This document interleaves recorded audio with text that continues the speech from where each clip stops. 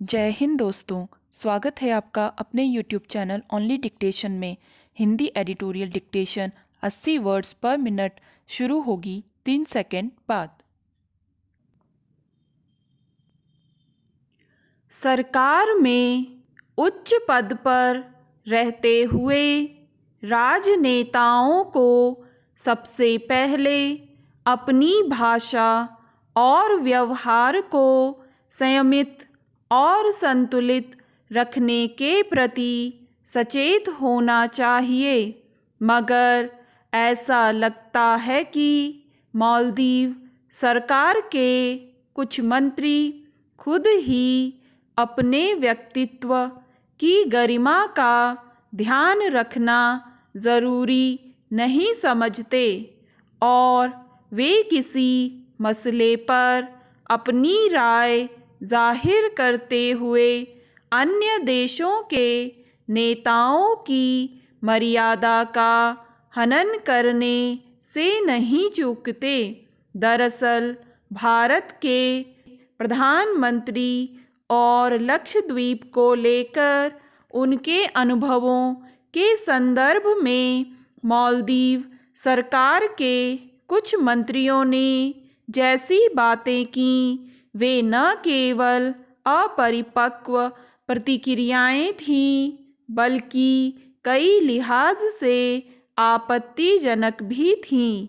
अगर मंत्रियों को अपने देश के पर्यटन स्थलों के महत्व को लेकर ज़्यादा भरोसा है तो वे उसकी प्रशंसा में कई स्तर पर काम कर सकते हैं, लेकिन इसके लिए उन्हें अपनी भाषा बिगाड़ने और किसी देश के प्रधानमंत्री के बारे में अनर्गल बातें करने का अधिकार नहीं है। अफसोसनाक है कि मालदीव के मंत्रियों को जिम्मेदार पदों पर रहने के सलीके और अपनी बात कहने के तरीके को लेकर न्यूनतम गरिमा का ध्यान रखना ज़रूरी नहीं लगा। स्वाभाविक ही उनके बयानों को लेकर भारत और खुद मालदीव के भीतर भी तीखी प्रतिक्रिया उभरी तथा इस मसले पर आधिकारिक रूप से जवाब तलब करने की ज़रूरत पड़ी।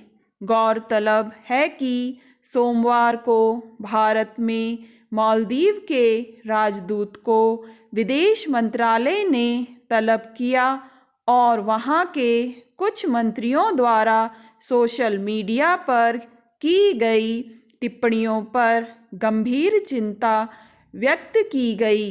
भारतीय जनमानस में भी इस मुद्दे पर आक्रोश उभरा।